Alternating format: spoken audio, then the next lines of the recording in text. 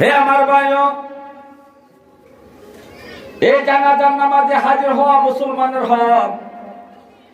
কিন্তু দেখা যায় বাজারের মধ্যে জানাজার নামাজ হচ্ছে, দোকানদার দোকানদারি করছে, গল্প গুজব করছে, জানাজার নামাজে হাজির হচ্ছে না, অথচ দাবি করে মুসলমান, আশিক রাসূল, ইমানদার, মুমিন, জান্নাতি দল।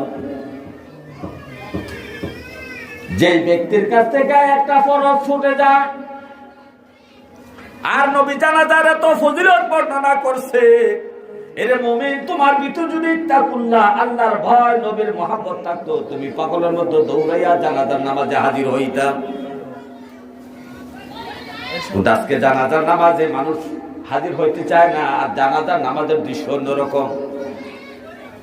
হে আমার ভাইও, আমার আলেম ভাইদেরকেও অনুরোধ করব, জানাজার নামাজে যে সমস্ত কর্মকাণ্ড শুরু হয়েছে, যে বেদাত, যে ফিতনাগুলো শুরু হচ্ছে, এগুলা দূরীভূত করার দরকার। নবীজির আমলে জানাজার নামাজ কিভাবে হইতো এটা দেখার দরকার। জানাজার নামাজে তার করে আধা ঘন্টা, 15 মিনিট, 20 মিনিট, 40 মিনিট আপনি মানুষকে বিরক্ত করবেন।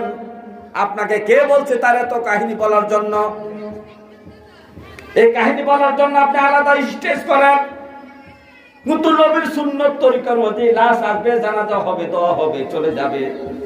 এর বাহিরে আপনাকে করার জন্য কে অনুমতি দিয়েছে?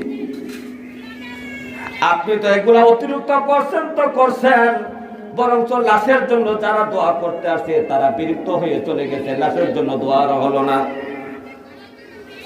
দাস্তে বাস্তে অনুরোধ করব, নবীজির আমলে জানাজার নামাজ কিভাবে হইতো, কিভাবে নবীজির জানাজার নামাজ পড়াইছেন, সাহাবায়ে কেরাম কিভাবে জানাজার নামাজ পড়াইছেন, আউলিয়া কেরাম কিভাবে জানাজার নামাজ পড়াইছেন, ওইগুলা দৃশ্য আমাদেরকে নকল করতে হবে। তাদের আমলগুলা দেখে দেখে আমাদের আমল করতে হবে।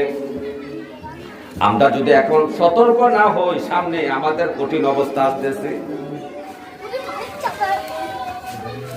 হে আমার ভাইও,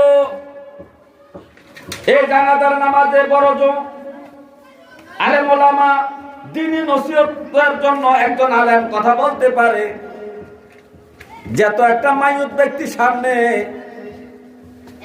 এই মাইয়াতের হকের বিষয়ে, জানাজার যে হকগুলো আছে, তার আত্মীয় স্বজনের উপর এই মাইয়াতের যে হকগুলো আছে, হকের বিষয়ে, সে ব্যক্তি নামাজি ছিল কিনা, বেনামাজি ছিল, তার নামাজ কত ওয়াক্ত কাজা হয়েছে, কাফারা দিতে হবে কিনা, তার ঋণ আছে কিনা, বিভিন্ন বিষয়ে একজন আলেম নসিহত করতে পারে। তার